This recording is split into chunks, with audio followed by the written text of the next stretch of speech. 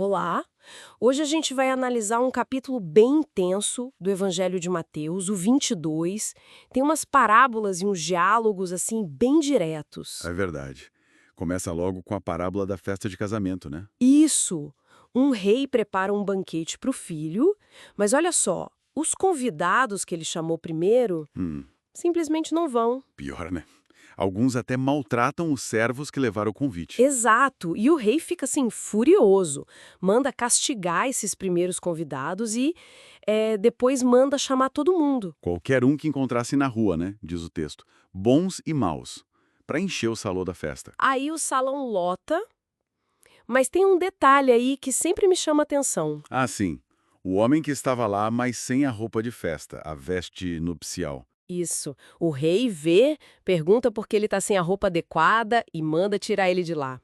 E aí que vem aquela frase forte: pois muitos são chamados, mas poucos são escolhidos.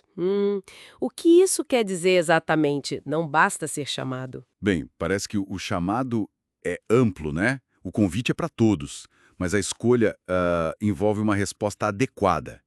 Essa veste pode simbolizar a preparação, a transformação que o reino exige, sabe? Não é só aparecer.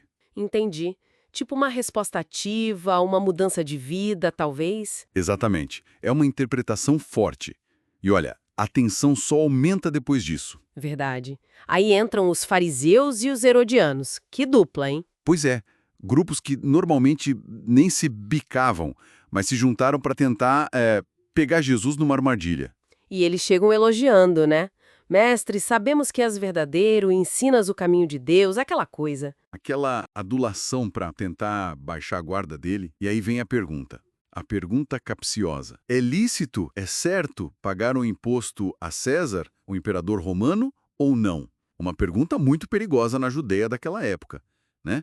Responder sim irritaria os nacionalistas, responder não seria acusação de rebelião contra Roma. E a resposta de Jesus, brilhante, né? Demais. Ele não cai na armadilha.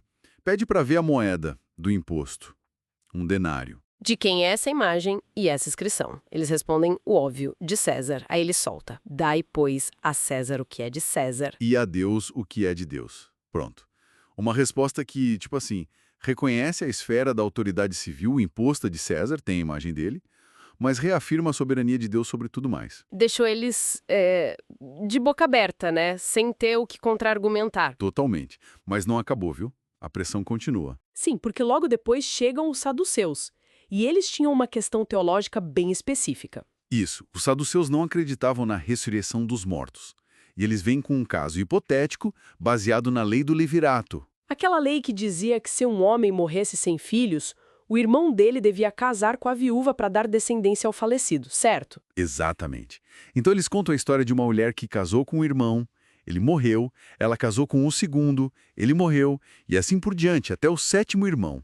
Todos morreram sem deixar filhos. Um cenário bem extremo, né? Bem extremo. E a pergunta deles é: então, na ressurreição, já que todos os 7 foram maridos dela, de qual delas ela vai ser esposa?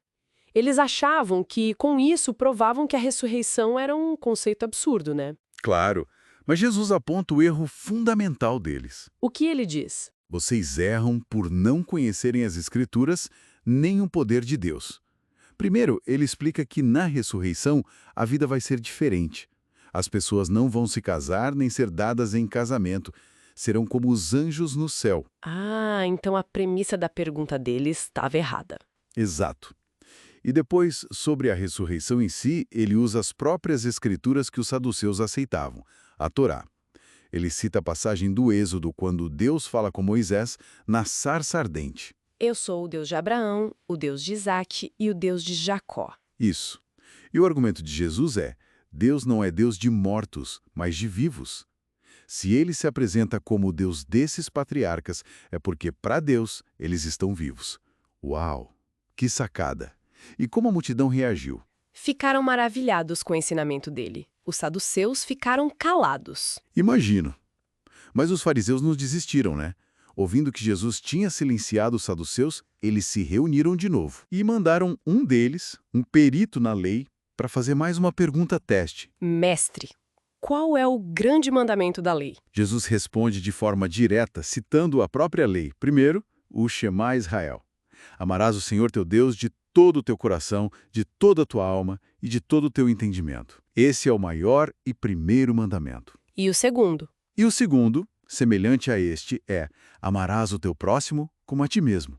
E ele ainda conclui que destes dois mandamentos dependem toda a lei e os profetas. Ou seja, ele resumiu toda a essência da vontade de Deus nesses dois pontos: amor a Deus e amor ao próximo. Incrível essa síntese. Parece que ele está sempre elevando a discussão, né? Sempre. E para fechar o capítulo, ele inverte a situação. Agora é Jesus quem pergunta aos fariseus reunidos. Ah, é verdade. Ele pergunta sobre o Messias, o Cristo. O que vocês pensam sobre ele? De quem ele é filho? E eles dão a resposta padrão, a esperada. É filho de Davi. Só que aí Jesus joga um enigma para eles. Exatamente, ele cita o Salmo 110, um salmo que eles atribuíam a Davi. Nesse salmo, Davi, falando inspirado pelo Espírito Santo, se refere ao Messias como meu Senhor. Então a pergunta de Jesus é: se o próprio Davi chama o Messias de Senhor, como é que o Messias pode ser apenas filho dele? Essa foi a questão que deixou todo mundo em silêncio. Apontava para uma natureza do Messias que ia além de ser apenas um descendente humano de Davi. Sugeria algo divino.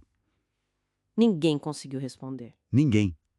E o texto diz que daquele dia em diante ninguém mais ousou interrogá-lo com essas perguntas capciosas. Nossa, que capítulo!